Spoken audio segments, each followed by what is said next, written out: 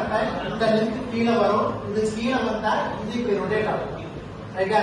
அப்ப draw the perpendicular line which is exactly 90 degrees to this link of BC. Therefore, this is the velocity of C with respect to C. இது புரிஞ்சுதா இல்ல புரியுது? இப்ப இந்த link first இந்த link எடுத்துக்கலாம். மொத்தம் இதுல இருக்கிறது 4 link. First this is the fixed link 1 2 3 4. நான் என்ன பண்றேன், ஒவ்வொரு லிங்கோட வெலாசிட்டி என்னன்னு நான் கால்குலேட் பண்ணுவேன். ஏன்னா ஒரு மெக்கானிசம் நான் டிசைன் பண்றேன்னா என்ன வெலாசிட்டியா இருந்தா இதை நான் கால்குலேட் பண்ண முடியும். ரைட்? சோ ஃபர்ஸ்ட் இந்த 4 லிங்க் நான் என்ன பண்றேன், ஒரு 4 லிங்க் தனித்தனியா நான் டிரா பண்ணுவேன். ஃபார் எக்ஸாம்பிள் இப்ப இந்த லிங்க் பண்ணி நான் ஃபர்ஸ்ட் லிங்க் நான் டிரா பண்ணுவேன். let us take this is A, this is B. assume இந்த லிங்க் clockwise direction rotate ஆகுற மாதிரி assume பண்ணுங்க. சரியா? இப்ப இது A, இது பாயிண்ட் B. நீ என்ன கால்குலேட் பண்ணனும்னா what is the velocity of point B னு நீ கால்குலேட் பண்ணணும். இந்த பாயிண்ட் B ல எவ்வளவு velocity அப்படி நீ கால்குலேட் பண்ணணும். அப்படி velocity diagram டிரா பண்றதா இருந்துச்சுனா result since it is rotated in clockwise direction, இதோட velocity direction exact 90 degree. இந்த direction கேட்டமா இந்த velocity direction புரியுதா? Can you understand this? Okay, suppose let us assume the anti-clockwise direction rotation ஆச்சு அப்படின்னா இந்த line எனக்கு வராது. அதுக்கு பதிலா இந்த ஆப்போசிட்ல இந்த லைன் வரும். ஓகே, அப்ப இங்க நான் என்ன சொல்றேன், velocity of B moves in anti-clockwise direction அப்படின்னு நான் சொல்றேன். ரைட்? ஆனா நம்ம கொடுத்திருக்கிற given mechanism clockwise direction. Hence இதுக்கு ஒரு 90 டிகிரி லைன் டிரா பண்ணினா this is the velocity of B with respect to A. Right? Next, second link to BC. Second link to BC. நல்லா கொஞ்சம் கவனி. AB இப்படி ரொட்டேட் ஆகுறப்ப இந்த லிங்க் இப்படி கீழே வந்துட்டு தான் ரொட்டேட் ஆகும். BC எனக்கு என்ன ஆகும்? கீழே வருமா மேல போகும்? கீழே வரும். இது இப்படி clockwise ரொட்டேட் ஆகுறப்ப இந்த லிங்க் இப்படி கீழே வரும்.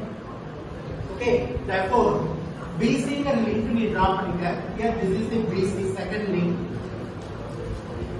Okay, so we need to find out what is the velocity of C with respect to B னு நம்ம find out பண்ணணும்.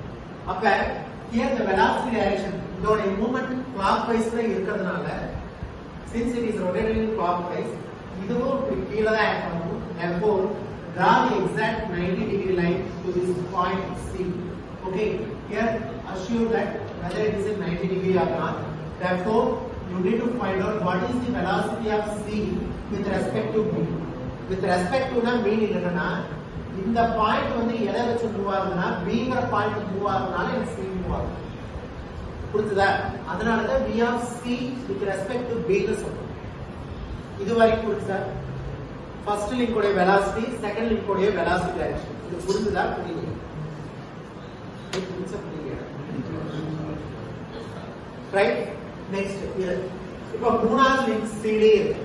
Now you need to draw the link. This is the CD.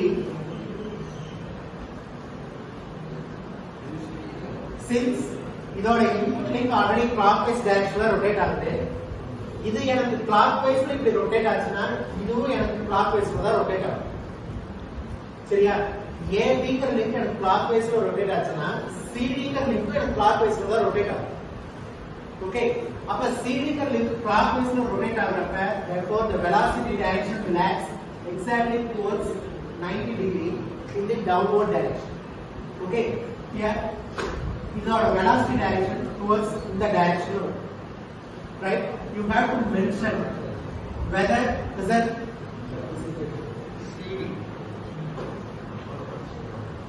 C depends upon D or D depends upon C. C depends upon D or D depends upon C. C depends on D. C depends upon D. Therefore, we have C with respect to D. ஏன்னா D ஒன்னும் C வச்சு move ஆகும். D ஃபிக்ஸடா இருக்கிறதுனால C ங்கற link rotate ஆகும். சொல்றது புரியுதா? புரியுதா? Yes sir. You understand? Here B C னு ரெண்டு பாயிண்ட் இருக்குல. இப்போ இதுக்கு முன்னாடி பார்த்ததுல பாத்தீங்கன்னா BC அதே மாதிரி இது AB னு பார்த்தோம். இது நாம என்ன சொல்றோம்னா B ஏங்கிற பாயிண்ட் வச்சு தான் B மூவ் ஆகும். கரெக்டா?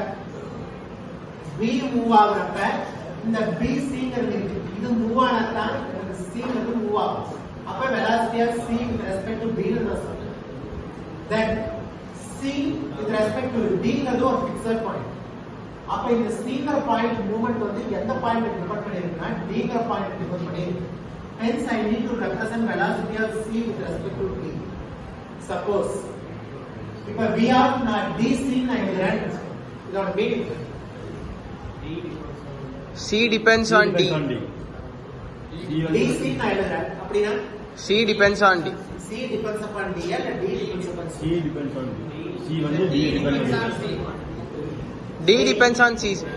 D with respect to C னா என்னன்னா D மட்டும் மூவ் ஆகுது, C ஃபிக்ஸடா வச்சு D மூவ் ஆகுது.